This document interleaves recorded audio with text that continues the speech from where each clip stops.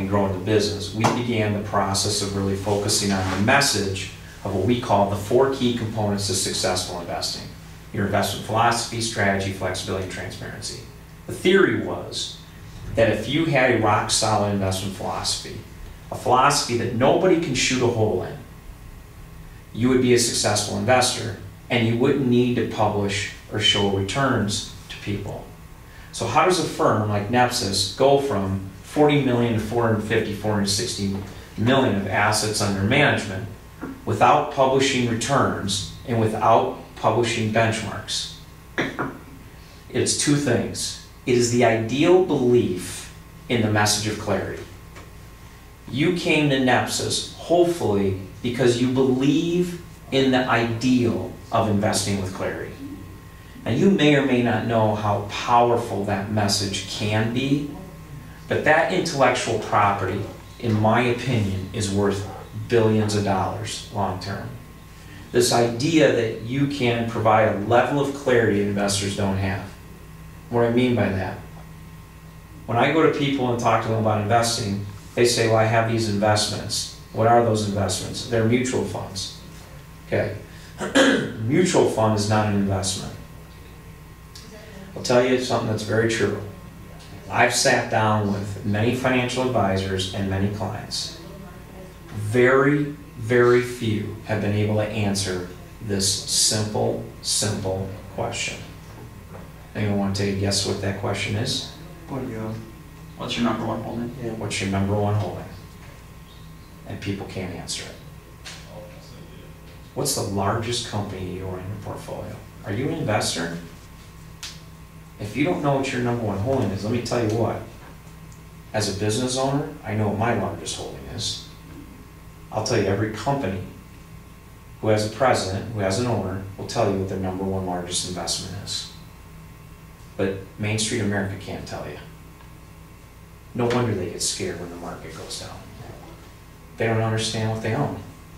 I mean, how are you supposed to react if you see your investments going down by 5, 10, 20% in 2, 3 months, and you don't know what you own that's going down? This belief of what you own. I often use the analogy like this. I always get a kick out of the investor who waddles down the stairs in their house, logs into their computer, logs into their TD Ameritrade account, and sells their entire portfolio because they're concerned about what's happening with their portfolio. Only to hop into their Subaru, drive down to ConocoPhillips, swipe their Visa card, fill up with gas, head over to the health club in their Under Armour gear to work out, and then finish the day with a nice cold Sam Adams. Not really realizing that earlier in the day they sold their technology stock that allows them to use the internet, sold their ConocoPhillips, which we actually used to own, we don't anymore, used their Visa, which we own, bought Sam Adams, which they own, bought Under Armour, which they own, or wore their Under Armour, which they own, and lived in a world where they sold all their investments while they used all the products they just sold. Now, this is the idea that investors don't know what they own. And a mutual fund is not an investment. Can anyone tell me why I believe a mutual fund is not an investment? First of all, do you agree with me? Does everyone agree? Mm-hmm. So we all understand that a mutual fund is not an investment. Your clients don't.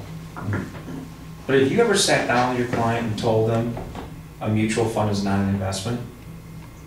They look at you and go, what? Of course it is. I own this and that. You know, I say, what's your largest holding? They tell me, financial advisors are notorious for this. What's your largest holding? Well, it's American Funds, Growth Fund of America. Oh, no. I'm asking, what's the largest holding in your portfolio? Well, that is our largest holding in the portfolio. No. American Funds, Growth Company of America is not your largest. Yeah, it is. Okay. When I have to have that conversation with a financial advisor, we have a problem. Because most financial advisors, hence, are not investment guys. They're not investors. They think they're money managers. They're not. They're wealth managers. There's a very distinct difference. And I haven't gone toe-to-toe. No one will debate it with me because I've been right. But no one's going to say, yeah, I'm a money manager. No, you're not. You make the investment decisions in that Growth Fund of America. Do you know what the manager's doing every day in every decision when the market's going down 10%, what he's doing in that portfolio? Nope. Now this power, gentlemen, is what allows you to do the second key, most important component of working at Nepsis. And it's very simple. It's called leadership. Most financial advisors are not good at leading their clients. Believe it or not, your clients hire you to be the expert. Don't be ashamed to say, if they ask you a question, it's a great question, I don't know the answer, let me get the answer for you. Nobody knows everything, right? So don't try to answer all the questions if you can't answer it. Get the resources to help you do it.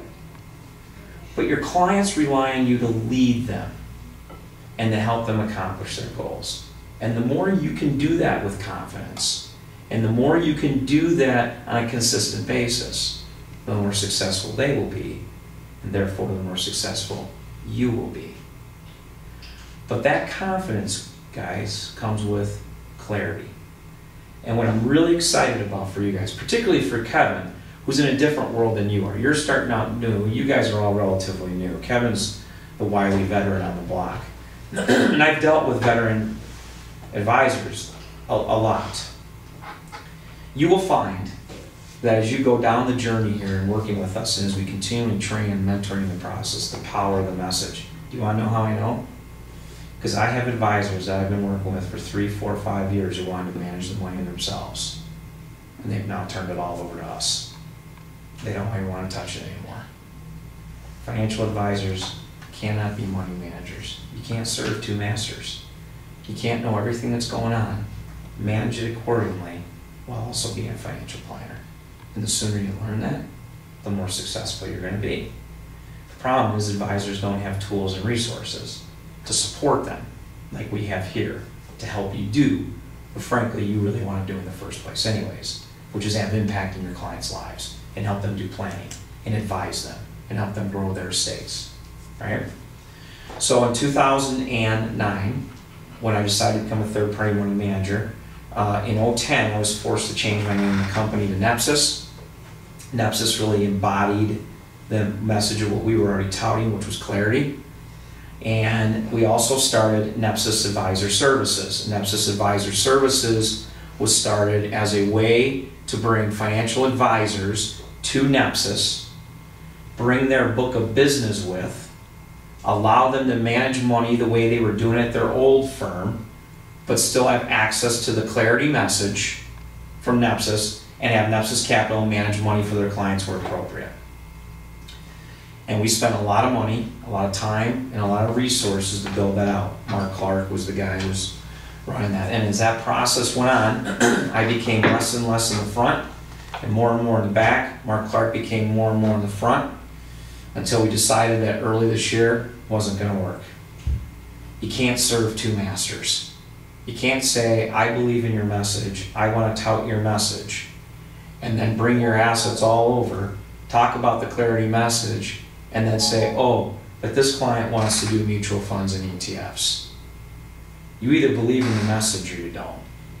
Not all meat is good meat. Not all clients will be good clients. But I've been doing this a long time, and we've had a lot of advisors with us who have continually brought more and more money to Nepsis and moving more and more money away from their traditional way of managing money. Because it's different, because the clients love it, and frankly the clients need it. And it empowers you to be a successful investor. So when we made that decision, I decided we're going to hire advisors and we're going to bring them to Nepsis Capital. I'm not going to bring in advisors in NAS unless there's some extreme reason to. We're going to leave the advisors there we have, and we're going to grow Nepsis Capital. And Nepsis Capital is going to be a firm like Ken Fisher, where all the money management is managed by Nepsis Capital. If you don't like Nepsis Capital managing the money, we wish you the best of luck. Now, that's tough for some people. That's tough for some advisors. They gotta know the returns. What are your returns? What are the returns doing? You either believe in the investment philosophy and the strategy, or you don't. And returns, therefore, when you do, become secondary. You've been doing this a long time, you've been doing a little bit. You know, when portfolios are going up, generally speaking, do people really try to compare it to a benchmark, or do they really care? They just see they're making money. It's not as much. They only look to benchmarks when they want to gauge if they are questioning your ability to do your job. Now, there's always exceptions to the rule, obviously. The analyticals will always say, well, I need something to gauge it against. And my response has always been, how are you going to gauge it? You want to use a benchmark? You know, this is what happened in 1998. You were in the business in 98 then? Okay. In 1998, you may remember that a lot of investors were moving their money out of small cap stocks and into the S&P 500. You remember this? Everybody wanted to own the S&P 500. And money flows were coming out of small cap stocks pretty dramatically. Because everybody wanted to own the S&P, because the S&P was just kicking butt. No one could tell you why the S&P was kicking butt. Only to realize that in March of 2000, at the top of the market, the S&P was trading at 29 times forward earnings. Historical average, 18. It went from 29 times earnings to 9 times earnings at the bottom of the financial crisis. 29 times. And everybody kept pouring money in the S&P 500. Why? They had no idea how much Oracle, Sun Microsystems, Intel, and Microsoft they owned. They just wanted those big, juicy returns. The emotional predisposition of an investor is to fire, shoot, aim. They don't think. They just emotionally put their money to work. We're going to train them differently. I'm going to show you studies. I'm going to show you data that will prove our point. You cannot shoot a hole in our philosophy and strategy. You cannot. And when you have that type of philosophy and strategy, now you know why I'm anxious to go from 460 to the next step, which is $1 billion. And then 2, and then 4, and then 8, 16, and I may be 70, 80 when we're there. But I think about all the people's lives we'll have impacted in that process. That is what it's all about. You'll make plenty of money. Money won't be an issue. You'll be, for the most part, you'll be content. But it's contingent upon how hard you work, how smart you work, and how you leverage the resources you have here. Ask lots of questions. Can I get this resource? Can I get that resource? My job is to help you guys be successful. I'm already successful. I want to teach you guys what I know to help you be more successful than you already are. So I'm excited to have you guys here. We are going to grow Nepsis Capital. We are going to provide tools and resources to help you lead your clients and have impact in your clients' lives. Because isn't that why you're here? There you go. So I'm excited. Thanks again for the opportunity. I'm going to have you meet the staff. We'll spend a little time doing that. And while they're coming in, everyone, do you want something else to drink before a Red Bull? I mean, we put me to sleep in about an hour. Does anyone want any water, pop, or anything before we get going?